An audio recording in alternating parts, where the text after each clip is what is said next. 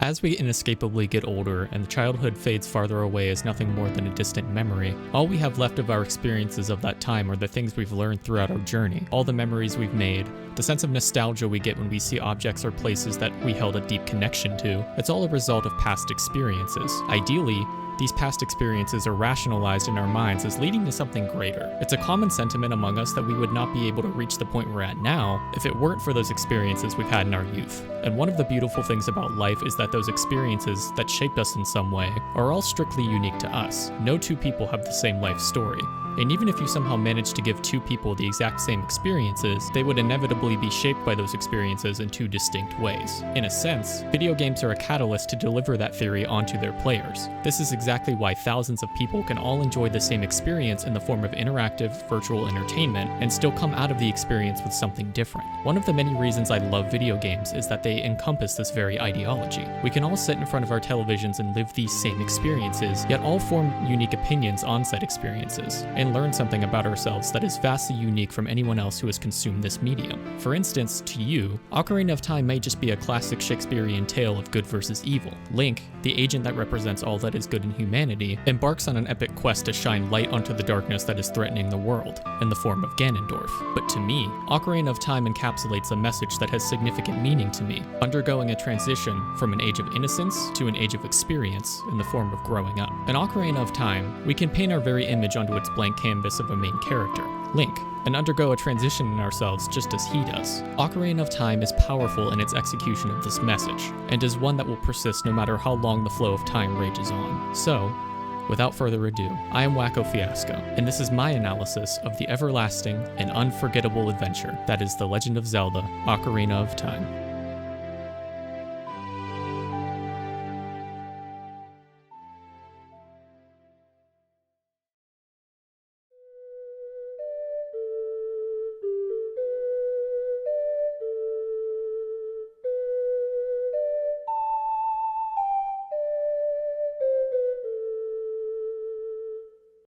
Ocarina of Time's opening minutes wastes no time in its exposition about how Link is the chosen boy of destiny, whose task will be to confront an evil powerful enough to destroy the world as he knows it. Yet, even with that daunting task weighing on the player's mind from the very first sequences of the game, my first hours in Kokiri Forest still managed to fill me with a sense of childlike wonder for the world around me.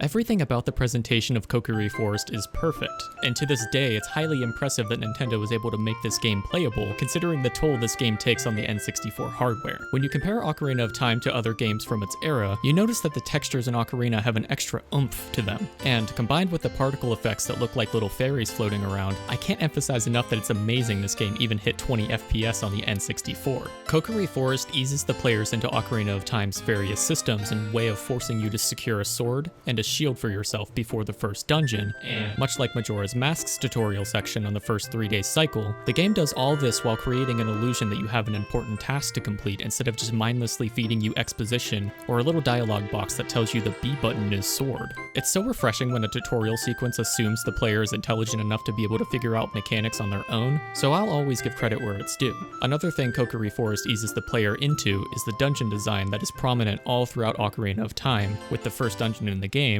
inside the Deku Tree.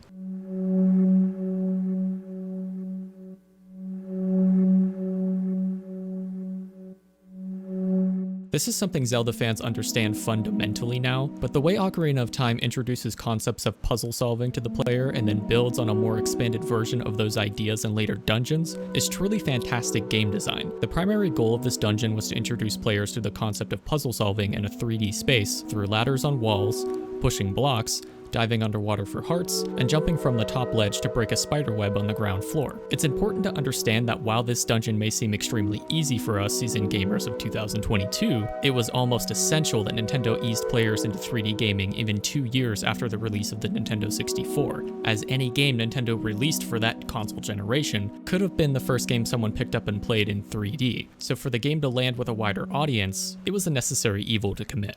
After healing the Deku Tree, the player is turned loose into Ocarina's world, and the mission to save the world begins as players take their first step into the unknown, and the iconic Hyrule Field opens up before them. Along with it, what is perhaps the most iconic overworld theme in all of video games. This version of Hyrule Field is forever cemented into The Legend of Zelda's legacy and is, to this day, one of the most impressive technical marvels in all of video games from its time. The overworld felt so grand and intimidating for those who played this game back in the day, and the day-night cycle was a mechanic that only furthered the immersion players would feel. Looking back on Ocarina's overworld now in 2022, you can't help but wish they added more secrets and substance to its empty fields, however. While still iconic and extremely impressive, the overworld is just as empty as it is grand. Comparing Hyrule Field to its successor, Termina, you can see how Nintendo improved in wasting less space and jam-packing its environments with secrets worth discovering. That's not to say Ocarina of Time doesn't house secrets for the player to discover, but when just comparing the overworlds, it's a night and day difference. Ocarina of Time is split into two parts, the child timeline and the adult timeline. In the child timeline, the player will enter 2 more dungeons and collect the 3 medallions in order to unlock the door to the Master Sword and progress to the adult timeline. Bonds are formed between the various races, promises are made, and brotherhoods are established that give the first leg a very wholesome tone to it generally. The game's philosophies and message plant their seeds in the child timeline so they could take shape in later sequences. In the child timeline, the world feels like an innocent and bright place, filled with wonder, and the characters are all generally upbeat and easygoing. There's minimal danger to Link apart from the enemies that don't present too significant of a threat, and the temples feel relatively tame, which makes for an adventure fit for a child with pure ambitions for the world around him. The child timeline in Ocarina of Time is really a preparation phase for the responsibilities Link must bear in just a few years' time, and it's this very attention to detail in the world building that makes the revelations of the game's second leg have such a powerful impact on the player. When all 3 medallions are collected, you enter the Temple of Time to unlock the door to the Master Sword, and the Age of Experience comes knocking on the door for Link, as it's time for him to accept his responsibilities as the world's savior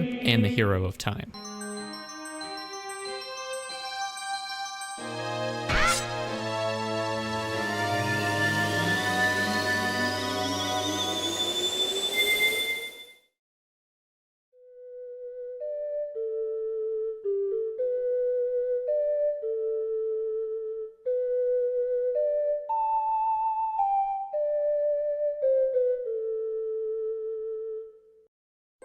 With experience comes knowledge, and with knowledge comes wisdom and power. It's ironic in nature that for Link to fully mature into the hero of time that the world needs by pulling the Master Sword from its pedestal, he must let the world succumb to the evil of Ganondorf before he can defeat it. The adult timeline in this game pulls no punches in its willingness to show the players what exactly is at stake here. The world as you've come to learn it in the first few hours of Ocarina of Time is a completely different place now, completely transforming those locales brimming with innocence and life into barren wastelands filled with despair and monsters in every turn. Ocarina of Time's themes turn the game's tone on its head as the player is confronted with the reality of accepting their responsibility as the hero in exchange for that childhood innocence the game worked so hard to build up in the first act. This sense of the uncanny is felt most prominently in the Forest Temple, the first temple you will tackle in this new adult timeline. Kokiri Forest was previously a blissfully ignorant locale in the world which felt isolated and safe from any harm. The Lost Woods' most dangerous enemy being an array of Deku Scrubs as you race to find Saria in its underbrush. But upon your return, enemies run rampant in the village you once called your home, and those Deku Scrubs are replaced with the more threatening moblins guarding the entrance to the Forest Temple. What was once a safe haven for Saria to escape her problems has become a place too dangerous to venture to alone, stirring a disturbed feeling in the player as reality sets in even further. The Forest Temple itself is the first time the game takes the training wheels off the player and tests their puzzle solving in a more complex environment. The adult timeline temples are significantly more calculated, and more effort is required of the player in general to complete them. Seriously, shame me all you want, but even after playing through Ocarina of Time several times in my life, it's still easy for me to lose my place in these temples, and that's a nod to their incredible design by Eiji Aonuma. Furthermore, each temple in the adult timeline in Ocarina of Time houses a significant theme that Link and the players must face in themselves in the wake of maturing into the person we're supposed to be. And the theme most prominent in the Forest Temple is accepting that your childhood years are gone. Most people experience extreme bouts of nostalgia as they pause and acknowledge the fleeting nature of childhood, and life in general. Link suddenly realizes his childhood is gone. The familiarity of his home and his daily routines has vanished. The Forest Temple symbolizes his self-discovery and struggle to navigate his fate, while learning to relinquish the comfort of his boyhood boyhood and innocence, a necessary step in his ascension to becoming the hero of time. But back to the actual gameplay, the Forest Temple sees the player navigating winding corridors, hunting down 4 Poe spirits to ascend further down and defeat the boss at the heart of the temple. Another concept the adult timeline introduces is the small keys located throughout the dungeons. Beginning with the Forest Temple, players will have to be on the lookout for these keys to unlock doors, which usually indicate an important item awaits or the correct path forward, as these temples are all very linear by design. The keys tell the player that they are on the right track and keep them focused on a barrage of doorways to open and various ways to go next. In my opinion, the Forest Temple may be the most atmospheric in the game, with the theme song carrying a sinister undertone and the temple boss fight foreshadowing the inevitable battle with Ganondorf in the form of Phantom Ganon. It's not the most difficult, but it really does a fantastic job of setting the tone for the rest of the temples moving forward. Many forms of poetry describe love and passion as a burning flame, so it's fitting that the Fire Temple houses these themes of friendship and brotherhood. We witnessed Arunia's intense enthusiasm for music when we played Saria's song for him in Act 1, and our defeating Dodongo in the Goron Mines sealed this brotherhood and friendship that has only grown fonder with absence through the past 7 years. The Fire Temple in Ocarina of Time sees you attempting to both gather the small keys and the boss key as the Forest Temple before, but with an added objective of also freeing the Gorons who are locked within and are soon to become dinner for the dragon Volvagia. And I have to get the elephant out of the room before I continue and say that the soundtrack for the Fire Temple, the original soundtrack, was absolutely haunting to listen to as a kid. I was fortunate enough to own an Ocarina of Time cartridge with this original track on it, and for those of you who don't know, in later versions of the game they removed this chanting that you're hearing on account that it's actually the Quran from the Islamic religion. Back then, not knowing any better, I just imagined that this chanting in the song was the Goron singing to the dragon in an attempt to somehow convince it to spare them. Obviously, I understand the decision to remove the chanting, but I also have to admit that without it, the song feels much more bland as a result.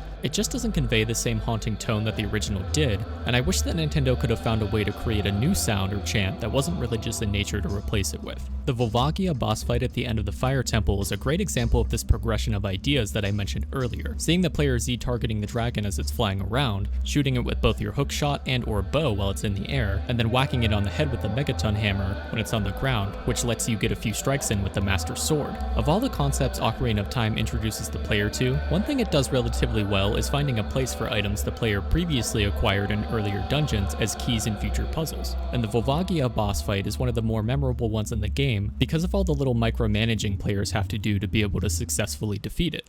The Water Temple. I'm sure those words are enough to trigger a form of PTSD in anyone who has ever had the absolute privilege of playing through this dungeon on the N64. Infamous for its challenging layout and puzzles, I think it's safe to say that Ocarina of Time's Water Temple will forever live on as what could possibly be the most difficult temple in all of Zelda. Many of us conquered this dungeon over 2 decades ago now when we were children, meaning our memories may be clouded with bias towards a puzzle we struggled to solve due to our young ages and lack of any critical thinking skills whatsoever. And I have to admit that even as I was playing this game in preparation for this video, I found myself getting lost in the temple's layout as I tried to rely on my prior run-throughs of the game to get me through. Setting aside any disgruntlement, however, we can today admire the Water Temple for what it accomplished in its storytelling. Take, for instance, the song that we learn as we approach the temple, the Serenade of Water, and the sage that we're trying to awaken by cleansing the temple of Ganondorf's evil, Princess Ruto. A serenade throughout history has come to be defined as a piece of music sung or played in the open air, typically by a man at night under the window of his lover. This serenade is a thematic nod to the promise Princess Ruto makes to us in the first act of the game, when she declares that one day we would marry her. The temple itself is about letting go of those childhood promises that are made, all as a part of growing up and coming into our own as we prepare for our own destiny. When I think about the Water Temple in that context, I find it easier to look past the more frustrating elements when you're in the middle of a strong current of water tossing you around like a rag doll. But the themes of the Water Temple don't stop there, as the clear water surface houses another surprise for the player, and what is the most unexpected mini-boss in the game? Yourself? The clear water surface reflects growth, and for the hero of time to truly be pure in heart in his quest to save the world, he must first confront the darkness present within himself for that growth to occur. Sometimes we are our greatest obstacle. We must take time to reflect on our worries and hopes so we can understand what is holding us back. As destructive and dangerous as water can be, it also is a calm presence one may rest beside to regain composure. In layman's terms, I love the inclusion of this mini-boss in this temple, and it's one that is surprisingly difficult if you go into it blind. Dark Link deflects almost every swing of your sword and can be just as aggressive as the player in his own attacks. A small detail I really love about this fight is that Dark Link will spawn with as many heart containers as the player at the time of fighting him. So a downside of having a lot of hearts at this point in the game is that it means Dark Link will as well. Over the years, my strategy for beating this guy has become spamming Din's fire and then swinging at him with the Megaton hammer, but the results may vary greatly when it comes to trying different strategies for this fight.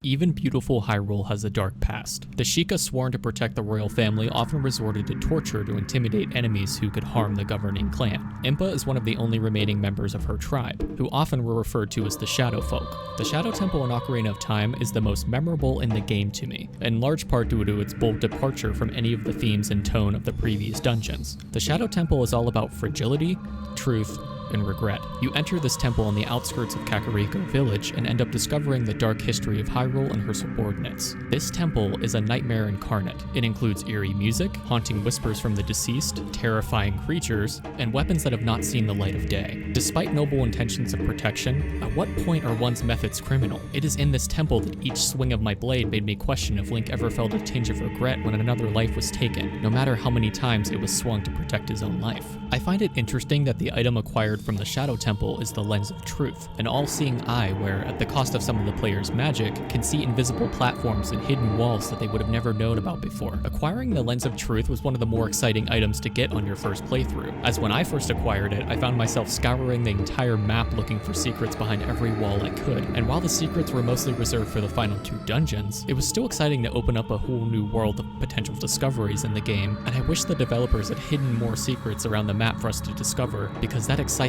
was an incredible feeling. I think the Shadow Temple was so memorable in large part because of how it's presented to the player. In order to enter the temple, you have to return the Master Sword to its pedestal and return to the child timeline to enter the bottom of the well in the middle of Kakariko village. When you enter the well, you'll get your first taste of what's to come. With blood staining the floors and undead enemies everywhere, it doesn't take long for the player to realize that they've stepped foot in a place that was never meant to be discovered. They're seeing the truth to a kingdom that might change their opinion on the righteousness and seemingly innocent nature behind its walls. And then, you encounter the Dead Hand. Remember when I said that the aliens from Majora's Mask gave me nightmares? It's enemies like this in the Shadow Temple that make me question the legitimacy of ESRB's E for Everyone rating for this game. Maybe I'm being overdramatic, but I remember closing my eyes and wildly smashing the B button on the N64 controller the first time I encountered this boss when I was a kid. And now that I'm older, I find myself really hoping that Tears of the Kingdom has some dark undertones to its story and locales in the same way the 2 old school N64 Zeldas did, because that would be a wonderful, wonderful thing.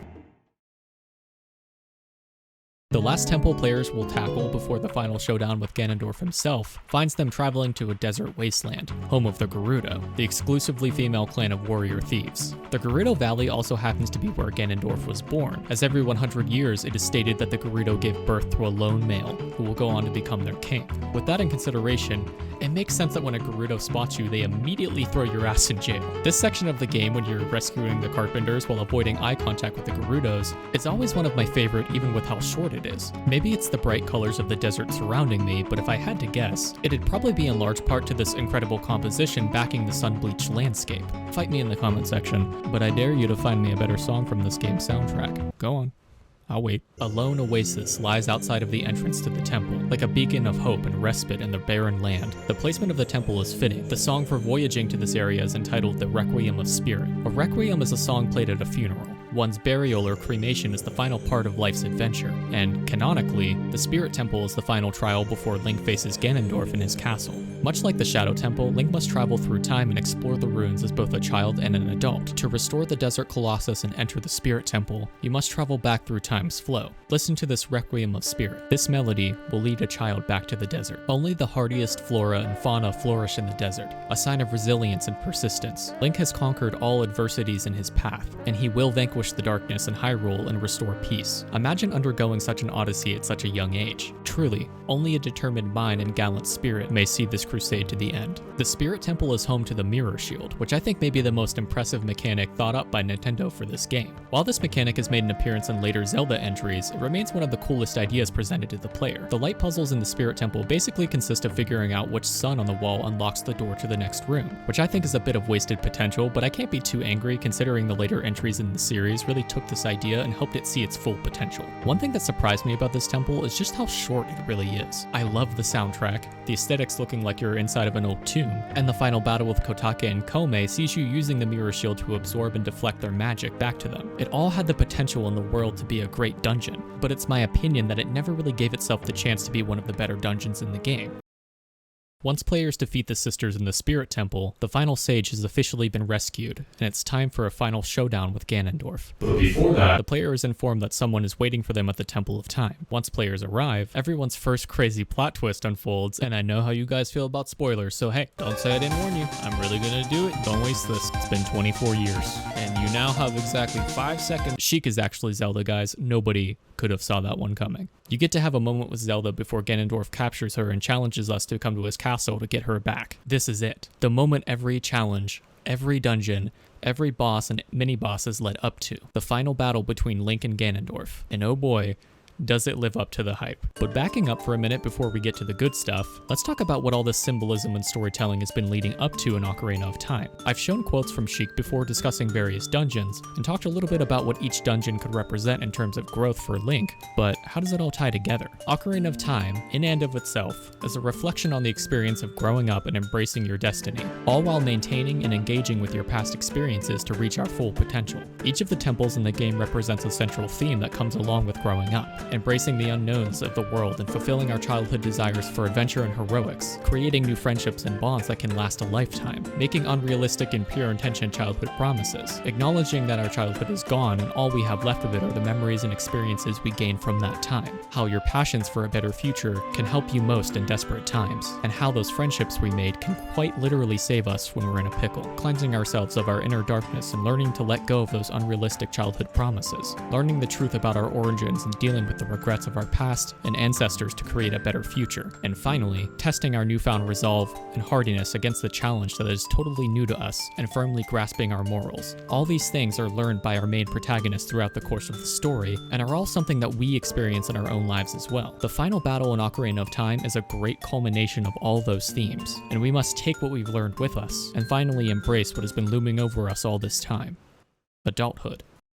When players take their first steps inside Ganon's castle, the atmosphere is set immediately. Regal carpets lay the path forward for Link, and 6 mini-dungeons have been placed around the main tower of the castle where Ganondorf awaits. The time is now. Each of the 6 mini-dungeons in Ganon's castle provide a new set of challenges akin to what you'd find in each of their corresponding temples, almost like a short recap of all the adventures we've gone on since the start of this journey. Embracing nostalgia one final time, we conquer each of the rooms and the main tower is unlocked, where we progress through a series of corridors that house enemies for us to dispatch. A nice warm-up for the fight to come. And when we finally make it to the top, we walk up a final flight of stairs, and the air is heavy. A thick fog is consuming us as we take our final steps towards the top of the tower. At this point, the organ we've been hearing throughout the dungeon is claustrophobic and blaring through the hallway.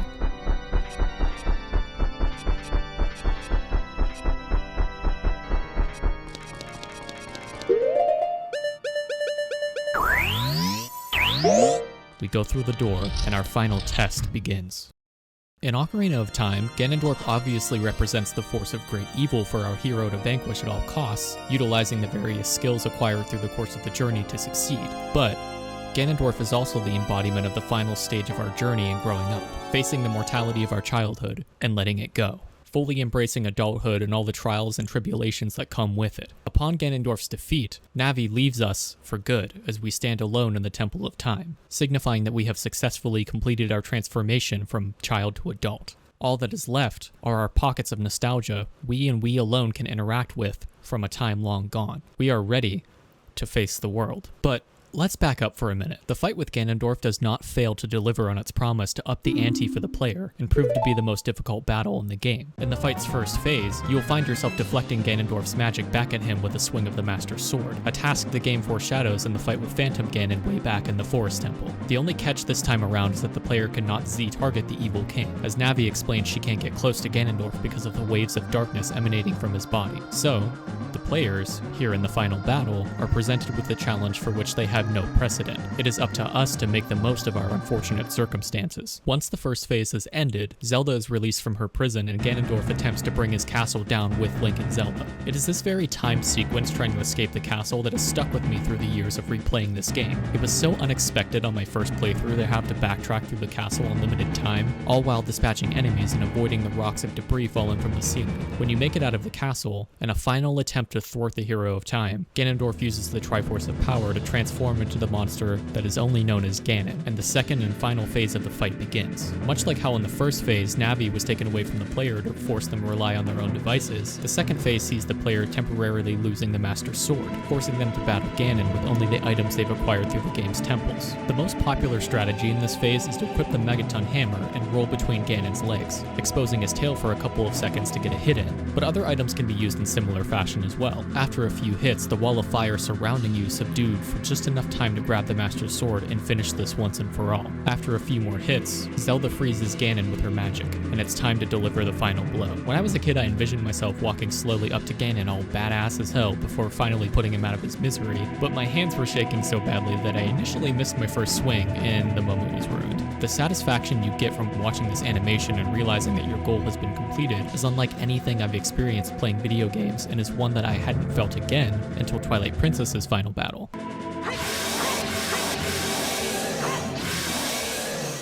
The silence of the stab through the head is deafening, and all the emotions Ganon must be feeling is felt through the air. As the evil king is banished to the evil realm, he curses Link and Zelda's future generations, exclaiming that one day he will break the seal and lay waste to the kingdom that they hold so dear. The battle has been won, the future has been saved, and it's time for us to return to our timeline and reclaim those lost years that destiny had stolen away from us. When the Master Sword is returned to its pedestal for the final time, the doorway between times sealed permanently, and the hero of time is returned home, back to a time when he wasn't a hero. But even if peace had been restored to Hyrule, and Link himself is back to being a child, he will never be the same again. All the lessons that we learned together on this journey remain with us, and this time around, we can take that knowledge and ensure that the future is truly secured so that evil may never rise again. Though as adults we no longer need guardians to keep us on the right path, or to necessarily keep up with the things we did as children, our sense of nostalgia is a way of returning to these times, and re-engaging passions we once held dear. Video games reflect this philosophy by being contained, finite experiences that we can return to at any time. As I get older and play new video games, I often find myself thinking about and returning to games I was passionate about as a child, not necessarily to recapture a certain experience, but to remind myself why I began to love video games in the first place, and relive the stories that have stayed with me for most of my life. Ocarina of Time, in both its narrative and status as being a video game, embodies this gateway between our past experiences and our future endeavors. This reflects the philosophy of producer-writer Shigeru Miyamoto, that video games are not intended exclusively for children, but rather they are capable of engaging both the childhood sensibilities and adult worldview of their audience. Its emphasis on becoming, rather than being, the hero that would save the world is why this game is so resonant. Its gameplay and graphics were some of the best of its time, and its story deserves to be considered a classic for all the reasons I've outlined. But even still, the flow of time is never ending, and Ocarina of Time has sometimes been the victim of a revisionist history of sorts. It's very easy to lose appreciation for a game like Ocarina of Time as time passes and its systems become more deeply rooted in the industry, but playing through the game and acknowledging that it was the first successful implementation of a lot of these ideas will give you a greater sense of appreciation for the game. Even I was guilty of this myself. There's not much about Ocarina of Time that hasn't since been replicated in some capacity by a plethora of other games throughout these past 24 years, and as a result of that it can make Ocarina of Time seem unimpressive in hindsight, especially if you didn't grow up to witness the evolution of video games games, up until its release in 1998. The game isn't perfect, and there are legitimate critiques to be made about the experience, like the unnecessarily large overworld or the frustration of having to pause the game to switch out a piece of equipment, not to mention this guy. But the fact of the matter is, Ocarina of Time was a complete revolution in the world of 3D gaming in the best way possible. And to myself and the millions of others out there who still cherish this game almost a quarter century later, it is still just as impactful to us now as it was back then when we first played it. Stepping into the unknown and forging ahead on an unknown path is a lot like growing up. Ocarina of Time stands up to analysis and remains to this day a cultural cornerstone of gaming, and nothing, including time, will ever wash away that legacy. Thank you all so much for your patience with me as I navigate a rather busy period of my life. Writing this video has helped me on stressful nights when I need a reminder of simpler days. And to see you all share that same joy for Ocarina of Time is truly heartwarming. So, sincerely, thank you so much for watching. If you like this video, make sure to give it a like, subscribe to the channel if you're interested in future content, and let me know in the comment section below what Ocarina of Time means to you. I can't wait to read your thoughts and experiences, and to get a discussion going about the game that is truly more than just a video game. I'm Wacko Fiasco, thank you for your time, and I will see you in the next video.